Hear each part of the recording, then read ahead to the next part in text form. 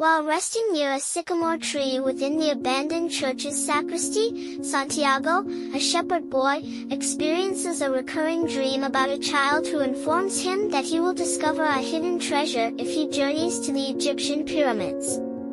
An elderly woman advises Santiago that this dream is prophetic and that he must heed its instructions. Santiago is hesitant, however, as he enjoys his life as a shepherd. Soon afterward, Santiago encounters a mysterious elderly man who appears capable of discerning his thoughts. This man introduces himself as Melchizedek, or the King of Salem. He enlightens Santiago about auspicious and inauspicious signs, asserting that it is the shepherd boy's obligation to pursue his personal legend.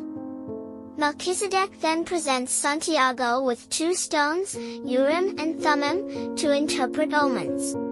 Santiago wavers briefly before selling his flock and purchasing a ticket to Tangier, in northern Africa, to which he travels by boat.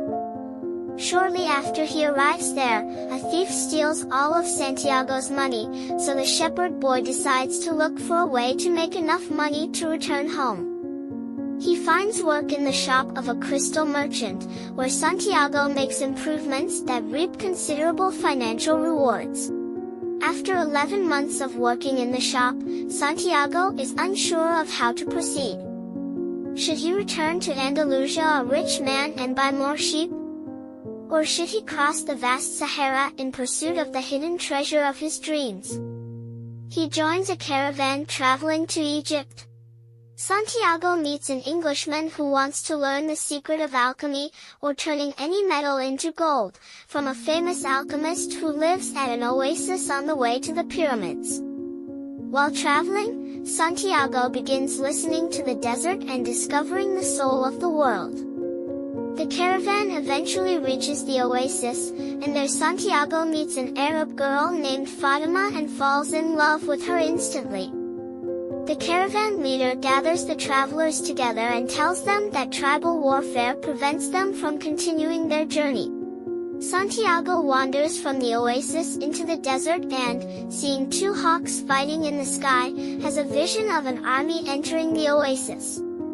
Because attacking an oasis is a violation of the rules of the desert, Santiago shares his vision with the oasis's tribal chieftain. Soon afterward, Santiago is confronted by a black-garbed, veiled stranger with a sword, who sits atop a white horse. It is the alchemist. The tribal chieftain arms his men, and they are well prepared when the oasis is indeed invaded. The alchemist offers to cross the desert with Santiago. Soon the two men enter into an area of intense tribal warfare. Warriors hold the two men captive, but eventually allow them to continue their journey.